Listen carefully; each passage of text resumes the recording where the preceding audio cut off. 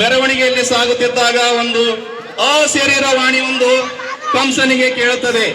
ಅದೇನೆಂದರೆ, ನಿನ್ನ ಸಹೋದರಿ ದೇವಕಿಯ ಹೊಟ್ಟೆಯಲ್ಲಿ ಜನಿಸುವ ಅಷ್ಟಮ ಪುತ್ರನು ನಿನ್ನ ಸಾವಿಗೆ ಕಾರಣನಾಗುತ್ತಾನೆ ಎಂದು ಆ ಒಂದು ವಾಣಿಯನ್ನು ಕೇಳಿದ ಕಂಸನು ಕ್ರೋಧಗೊಂಡು ಅವಳ ಒಂದು ದೇವಕಿಯನ್ನು ಕೊಲ್ಲಲೆತ್ತಿಸಿದಾಗ, ತನ್ನ ಸಹೋದರಿ ಎಂಬುದನ್ನು ನೋಡದೆ ದೇವಕಿಯನ್ನು ಕೊಲ್ಲಲೆತ್ತಿಸಿದಾಗ, ದೇವಕಿಯ ಪತಿಯಾದ ವಸುದೇವನ ಮಧ್ಯದಲ್ಲಿ ಬಂದು ದೇವಕಿಯನ್ನು ಕೊಲ್ಲಬೇಡ, ಅದರ ಬದಲಾಗಿ ಅವಳ ಹೊಟ್ಟೆಯಲ್ಲಿ ಜನಿಸುವ ಮಕ್ಕಳನ್ನೆಲ್ಲ ನಿನಗೆ ಒಪ್ಪಿಸುತ್ತೇನೆಂದು ಕಂಸನಿಗೆ ಮಾತು ಕೊಡುತ್ತಾನೆ. ತಕ್ಷಣವೇ ಅವರಿಬ್ಬರನ್ನು ಅರಮನೆಯ ಒಂದು ಕೋಣೆಯೊಂದರಲ್ಲಿ ಬಂಧಿಸಿದ ಕಂಸನು ಕೊಟ್ಟ ಮಾತಿನಂತೆ ವಸುದೇವ ದೇವಕಿಯ ಹೊಟ್ಟೆಯಲ್ಲಿ ಜನಿಸಿದ 7 ಮಕ್ಕಳನ್ನು ಒಪ್ಪಿಸುತ್ತಾನೆ. ಆದರೆ ಅಷ್ಟಮ ಪುತ್ರನಾಗಿ ಜನಿಸಿದ ಶ್ರೀಮನ್ ನಾರಾಯಣನಾದ ಶ್ರೀಕೃಷ್ಣನು ಪ್ರತ್ಯಕ್ಷವಾಗಿ ವಸುದೇವನಿಗೆ ಹೀಗೆಂದು ಉಚ್ಚರಿಸುತ್ತಾನೆ, ನನ್ನನ್ನು ಗೋಕುಲದಲ್ಲಿ ನಂದಗೋಪನ ಮನೆಯಲ್ಲಿ ಬಿಟ್ಟು ಅಲ್ಲಿರುವ ಒಂದು ಹೆಣ್ಣು ಶಿಶುವನ್ನು ದೇವಕಿಯ ಮಡಿಲಲ್ಲಿ ಹಾಕಬೇಕೆಂದು ಹೇಳುತ್ತಾನೆ. ಅದೇ ಪ್ರಕಾರ ವಸುದೇವ ನಡೆದುಕೊಳ್ಳುತ್ತಾನೆ. ತನ್ನ ಆ ಒಂದು ಹೆಣ್ಣು ಶಿಶುವನ್ನು, ಹಂಗಾರ ದೇವಕಿಯ ಹೊಟ್ಟೆಯಲ್ಲಿ ಹುಟ್ಟಿರುವ ಅಷ್ಟಮ ಪುತ್ರನಲ್ಲ, ಅಷ್ಟಮ ಪುತ್ರಿ ಎಂದು ಆಶ್ಚರ್ಯಚಕಿತನಾದರೂ ಕಂಸನು ಅವಳನ್ನು ಆ ಹೆಣ್ಣು ಶಿಶುವನ್ನು ಕೊಲ್ಲಲೆತ್ತಿಸಿದಾಗ, ಆ ಹೆಣ್ಣು ಶಿಶು ಆಕಾಶಕ್ಕೆ ನೆಗೆದು ನಿನ್ನನ್ನು ಕೊಲ್ಲುವವನು ಗೋಕುಲದಲ್ಲಿ ಬೆಳೆಯುತ್ತಿದ್ದಾನೆ ಎಂದು ಉಚ್ಚರಿಸಿ ಮಾಯವಾಗಿ ಬಿಡುತ್ತದೆ. ಆ ನಂತರ ಕೃಷ್ಣನು ಜನಿಸಿದ ದಿನದಂದು ಹುಟ್ಟಿದ ಎಲ್ಲಾ ಮಕ್ಕಳನ್ನು ಗೋಕುಲದಲ್ಲಿ ಹುಡುಕಿ ಕಂಸನು ಕೊಲೆ ಮಾಡುತ್ತಾನೆ. ಆದರೆ ಆ ಕೃಷ್ಣನನ್ನು ಮಾತ್ರ ಕೊಲ್ಲಲಾಗಲಿಲ್ಲ. ನಂದನ ಮನೆಯಲ್ಲಿ ಬೆಳೆಯುತ್ತಿದ್ದ ಕೃಷ್ಣನ ಮಾತ್ರ ಕೊಲ್ಲಲಾಗಲಿಲ್ಲ. ಕೃಷ್ಣನು ಕಳಿಸಿದ ಎಲ್ಲಾ ರಾಕ್ಷಸರನ್ನು ಕೃಷ್ಣನೇ ಕೊಲೆ ಮಾಡುತ್ತಾನೆ. ಹೀಗೆ ದಿನೇ ದಿನೇ ಕೃಷ್ಣನ ಲೀಲೆಗಳು ಬೆಳೆಯುತ್ತಿದ್ದವು. ಇದನ್ನು ನೋಡಿ ಕ್ರೋಧಗೊಂಡ ಕಂಸನು ಸಾಂಪ್ರದಾಯಿಕವಾಗಿ ನಡೆಯುತ್ತಿದ್ದ ಒಂದು ಬಿಲ್ಲ ಹಬ್ಬವನ್ನ, ಧನುರ್ಯಜ್ಞವನ್ನ ಏರ್ಪಡಿಸಿ ಅವನನ್ನ ಮೋಸದಿಂದ ಕೊಲ್ಲಲೆತ್ತಿಸುವ ಒಂದು ಸಂಚು, ಹಾಸ್ಯ ಮತ್ತು ವ್ಯಂಗ್ಯವಾಗಿ ಈ ಒಂದು ನಾಟಕದಲ್ಲಿ ಮೂಡಿ ಬಂದಿದೆ. ಈ ಒಂದು ನಾಟಕವನ್ನ ನೋಡಿ ಮಕ್ಕಳನ್ನ ಪ್ರೋತ್ಸಾಹಿಸಬೇಕಾಗಿ ತಮ್ಮಲ್ಲಿ ಕಳಕಳಿಯ ವಿನಂತಿ ಮಾಡಿಕೊಳ್ಳುತ್ತಿದ್ದೇನೆ. ದೃಶ್ಯ ಒಂದು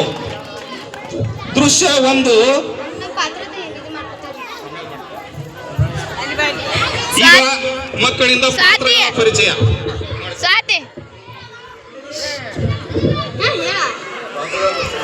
ನಾನು ಕೃಷ್ಣನ ಮಾವನಾದ ಕಂಸನ ಪಾತ್ರ ಮಾಡುತ್ತಿದ್ದೇನೆ. ನಾನು ಮಂತ್ರಿಯ ಪಾತ್ರ ಮಾಡುತ್ತಿದ್ದೇನೆ. ನಾನು ಸೈನಿಕನ ಪಾತ್ರ ಮಾಡುತ್ತಿದ್ದೇನೆ. ನಾನು ದುರ್ವಿಧನ ಪಾತ್ರ ಮಾಡುತ್ತಿದ್ದೇನೆ. ನಾನು ವಸುದೇವನ ಪಾತ್ರ ಮಾಡುತ್ತಿದ್ದೇನೆ. ನಾನು ಕೃಷ್ಣನ ತಾಯಿಯಾದ ದೇವಕಿಯ ಪಾತ್ರ ಮಾಡುತ್ತಿದ್ದೇನೆ. ಈಗ ದೃಶ್ಯ 1, ಮಥುರಾ ನಗರದ ರಾಜನಾದ ಕಂಸನ ಅರಮನೆಯ ಬಿಸಿಲು ಮಚ್ಚು ಅಂದ್ರೆ ಬಿಸಿಲು ಮಾಳಿಗೆ. ಅಲ್ಲಿ ಮಂತ್ರಿ ವೈದ್ಯ ಗುಸುಗುಸು ಮಾತನಾಡುತ್ತಿದ್ದಾರೆ. ಒಬ್ಬ ಸೇವಕ ಓಡಿ ಬಂದು ಒಡೆಯರು ಬರ್ತಾ ಇದ್ದಾರೆ ಎಂದು ಹೇಳುತ್ತಾ ಎದಿಸುರು ಬಿಡುತ್ತಾ ನಿಲ್ಲುತ್ತಾನೆ. ಮಂತ್ರಿ ಹಾಗೂ ಸಹಚರರು ಇಬ್ಬರು ಎದ್ದು ನಿಂತು ಕಂಸನ ಆಗಮನಕ್ಕಾಗಿ ಕಾಯುತ್ತಾರೆ. ಎರಡೂ ಪಕ್ಕ ದಿವಿಟಿಗೆಯವರು ಕಂಸರಂಗಕ್ಕೆ ಧಾವಿಸುತ್ತಾರೆ.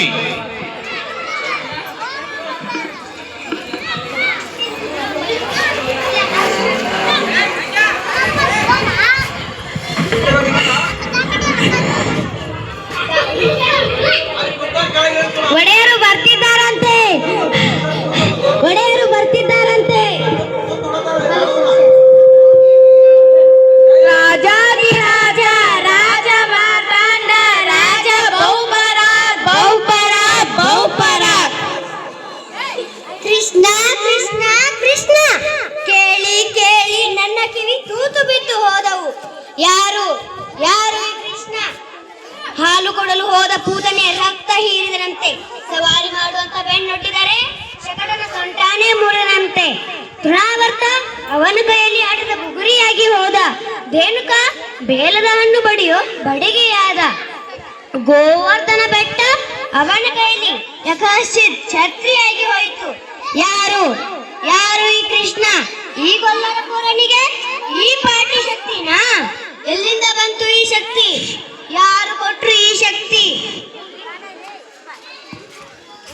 ನಮ್ ಚಾರು ಶೋಧನೆ ಮಾಡ್ತಿದ್ದಾರಂತೆ ಒಡೆಯ.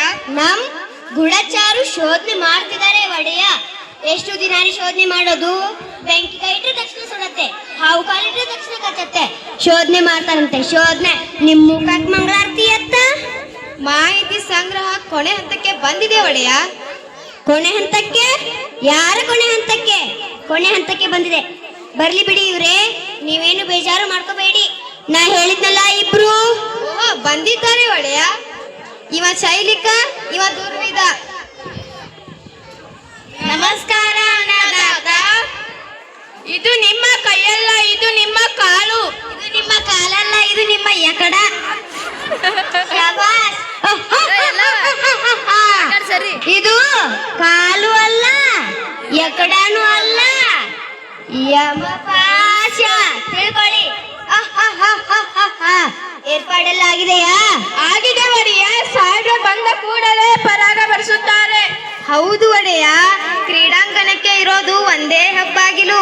ಬಾಗಿಲವಾಡದ ಕಮಾನಿಗೆ ಕಿರುಗತ್ತಿ ಅಲಂಕಾರ. ಬಾಗಿಲವಾಡದ ಕಮಾನಿನ ಮೇಲೆ ಗಾಜಿನ ರಾಜಗೋಪುರ.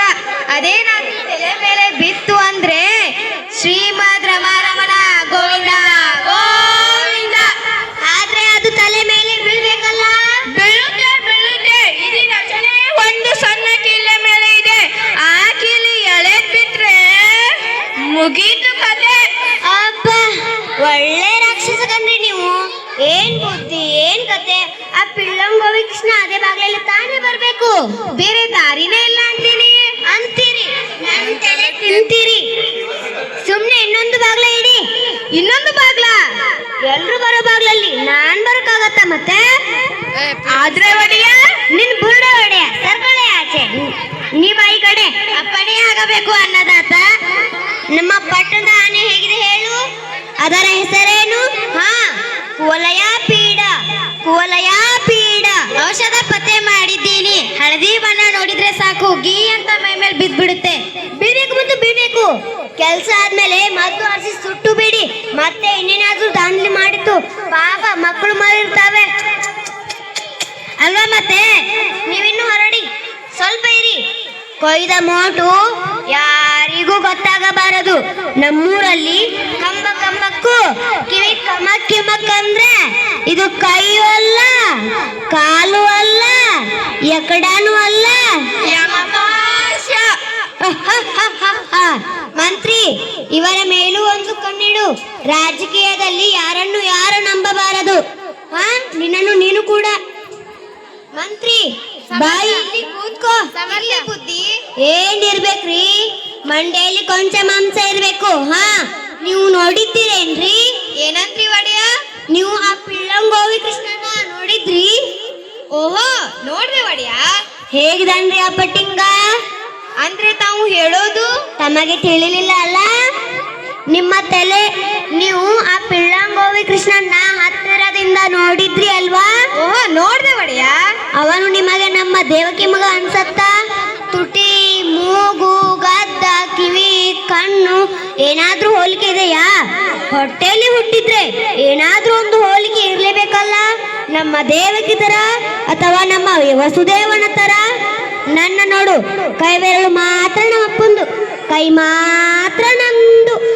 ವಸುದೇವ ದೇವಕಿ ಹೋಲಿಕೆ ಏನು ಕಾಣ್ಲಿಲ್ಲ ಒಡೆಯ. ಆದ್ರೆ ಈ ಕೈ ಮಾತ್ರ ಹೀಗೆ ಕಾಣ್ತು. ಎಲ್ಲ ಇವನ ಮಕ್ಕಳು ಸೋದರ ಮಾವನ ಹೋಲ್ತಾವೇನ್ರಿ?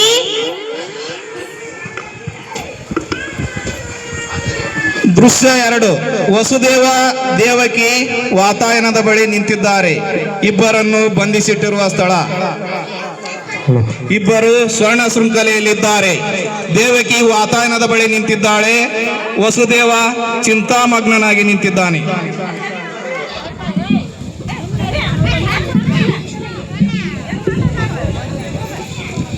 ಕ್ರೂರ ಹೇಳಿದ ಮಕ್ಕಳು ಎದೆಯೂತ್ತ ಬೆಳೆದಿದ್ದಾರಂತೆ. 16 ವರ್ಷ ಆಯ್ತು ಕೃಷ್ಣನನ್ನು ನೋಡಿ. ನನ್ನ ಕಣ್ಣಲ್ಲಿ ಅವನಿಗೂ ಎಳೆಗೂಸು. ಲೋಕದ ಎಲ್ಲಾ ಮಕ್ಕಳು ಅಪ್ಪಮ್ಮನ ಕಣ್ಣೆದುರು ದಿನ ದಿನ ಚೂರ ಚೂರ ಬೆಳೆಯುತ್ತಾರೆ. ಮಕ್ಕಳು ಬೆಳೆಯುವುದನ್ನು ನೋಡಿ ಅಪ್ಪ ಅಮ್ಮಂದಿರ ಪುಣ್ಯವೇ ಪುಣ್ಯ. ಮಕ್ಕಳನ್ನು ಆಡಿಸಲಿಲ್ಲ, ಆರೈಕೆ ಮಾಡಲಿಲ್ಲ, ತೊದಲು ನುಡಿ ಕೇಳಲಿಲ್ಲ, ಜೋಗುಳ ಹಾಡಲಿಲ್ಲ.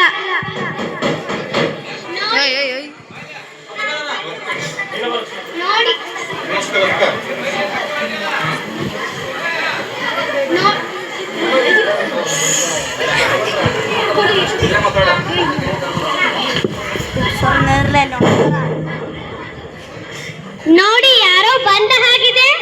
ಓಹೋ ಮಹಾರಾಜ, ಬಾ ಬಾ. ನಿದ್ದೆ ಬಂತ ಬಾವ? ಬರದೇನ್ ಮಾಡತ್ತೆ, ಅರಸನ ಅಂಕೆ ಇಲ್ಲ, ದೆವ್ವದ ಕಾಟ ಇಲ್ಲ. ಬಾ ಕೂತ್ಕೋ. ಶಬಾಷ್ ಬಾವ, ನನ್ನ ಮನೆಯಲ್ಲಿ ನನಗೇ ಉಪಚಾರ. ನನಗಂತೂ ರಾತ್ರಿ ಎಲ್ಲ ನಿದ್ದೆನೇ ಇಲ್ಲ. ರಾಜ್ಯ ಕಾರ್ಯನೇ ಹಾಗೆ. 10 ಜನರ ಮಧ್ಯೆ ಕೂತಾಗ ಜೋಲಿ, ಒಬ್ಬರೇ ಇದ್ದಾಗ ಒತ್ತಿದರು ಮುಚ್ಚದರೆಪ್ಪೆ.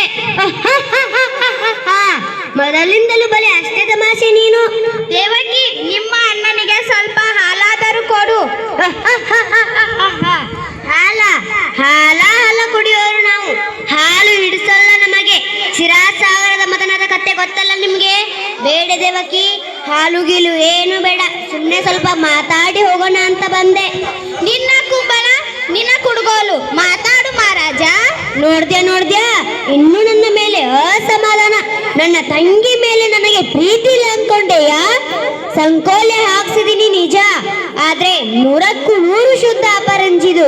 ಕೊರಳಿಗೆ 3 ಎಳೆ, ಕಾಲ್ಗೆ 2 ಎಳೆ, ಕೈಗೆ 1 ಎಳೆ, ಎಲ್ಲ ಚಿನ್ನದ್ದೇ. 25 ವರ್ಷ ಆಯ್ತು ಮಾಡಿಸಿ. ಸ್ವಲ್ಪ ಆದ್ರೂ ಕಪ್ಪಾಗಿದೆ ನೋಡು. ಅದು ಪ್ರೀತಿ ಅಂದ್ರೆ. ಇರ್ಲಿ ಬಿಡು ಬಾವ, ಇವತ್ತು ನಿಮಗೆ ಒಂದು ವಿಶೇಷ ಸುದ್ದಿ ಹೇಳಬೇಕು. ಇವತ್ತು ಮಥುರಾ ನಗರದಲ್ಲಿ ಧನುರ್ಯಾಗ ಮಹೋತ್ಸವ ಇದೆ. ದೇಶದ ಎಲ್ಲಾ ಕಡೆಯಿಂದಲೂ ಸಾಹಸಿ ಯುವಕರು ಬಂದಿದ್ದಾರೆ. ರಾಜನ ಮುಂದೆ ತಮ್ಮ ಶಕ್ತಿಯನ್ನು ಪ್ರದರ್ಶಿಸಬೇಕು ಮತ್ತು ಯುವ ವೀರ ಪ್ರಶಸ್ತಿ ಗೆಲ್ಲಬೇಕು. ಏನ್ ಹುಡುಗರ್ದೋ ಈ ಹುಚ್ಚು. ಇವತ್ತ ಬಿಲ್ಲ ಬಾ. ಯಾಕೆ ನಿಮ್ಗೆ ಗೊತ್ತಿಲ್ವಾ? ಅದೃಷ್ಟವಂತರು ನೀವು. ನಿಮಗೆ ಏನು ಗೊತ್ತಾವಲ್ಲ. ಹೊತ್ತೊತ್ತಿಗೆ ಊಟ, ಹೊತ್ತೊತ್ತಿಗೆ ನಿದ್ದೆ, ಬಿಸಿಲಲ್ಲಿ ಬೇಯೋ ಹಾಗಿಲ್ಲ, ಮಳೆಯಲ್ಲಿ ತೋಯೋ ಹಾಗಿಲ್ಲ. 4 ಗೋಡೆ ಮಧ್ಯೆ ನಿಮ್ದೇ ಒಂದು ಪ್ರಪಂಚ. ಒಂದು ನೊಣ ಕೂಡ ಒಳಗೆ ಬರೋ ಹಾಗಿಲ್ಲ, ಒಂದು ನೊಣ ಕೂಡ ಹೊರಗೆ ಹೋಗೋ ಹಾಗಿಲ್ಲ. ಆದ್ರೂ ಮುಪ್ಪು ಸೆರೆಮನೆ ಒಳಗೆ ಬಂದೇ ಬಿಡ್ತು. ನೆಮ್ಮದಿ ಸೆರೆಮನೆಯಿಂದ ಹೊರಗೆ.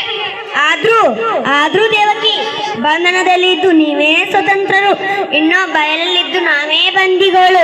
ನಿಶ್ಚಿಂತವಾಗಿ ಊಟ ಮಾಡೋ ಹಾಗಿಲ್ಲ, ನಿಶ್ಚಿಂತವಾಗಿ ನಿದ್ದೆ ಮಾಡೋ ಹಾಗಿಲ್ಲ. ಎಲ್ಲಿ ಹೋದ್ರಿ ಅಂಗರಕ್ಷಕರ ಪೀಡೆ. ಕಣ್ಣು ಮುಚ್ಚಿದರೆ ಸಾಕು, ತಕಪಕ ನಾನು ಕೊಂದ ಮಕ್ಕಳು ನನ್ನ ಕಣ್ಣೆದುರು ಬರ್ತಾವೆ. ಅದೆಷ್ಟೋ ಮಕ್ಕಳು ಹುಟ್ಟಿದವು ಈ ದೇಶದಲ್ಲಿ. ಎಷ್ಟು ಅಂತವನ್ನ ಕೊಲ್ಲಿಸಲಿ, ಕೊಲ್ಲಿಕ್ಕೆ ಹೋದವನಲ್ಲ ಅವನೇ ಕೊಂದು ಬಿಟ್ಟ. ದೇವಕಿ ಹೇಳು, ನಿನ್ನ 8ನೇ ಮಗನ್ನ ಎಲ್ಲಿ ಬಚ್ಚಿಟ್ಟಿದ್ದಿ? ಹೇಳು. ನಾನು ನಿಜ ಹೇಳಿದ್ರೆ ನೀನು ನಂಬೋದಿಲ್ಲ. ದೇವಕಿ, ಹೇಳು. ನಾನು ನಂಬ್ತೀನಿ. ಹೇಳು. ಬಚ್ಚಿಟ್ಟಿದ್ದು ನಿಜ, ಆದರೆ ನಾವು 9 ತಿಂಗಳು ಇಲ್ಲಿ ಬಚ್ಚಿಟ್ಟಿದ್ದೇನೆ. ಮತ್ತೆ ದೇವಗಳು ಹೇಳಚ್ಚೆ. 16 ವರ್ಷದ ಹಿಂದೆ ಅಷ್ಟಮಿ ರಾತ್ರಿ ಅದೆಷ್ಟೋ ಮಕ್ಕಳು ಹುಟ್ಟಿದವು ಈ ದೇಶದಲ್ಲಿ.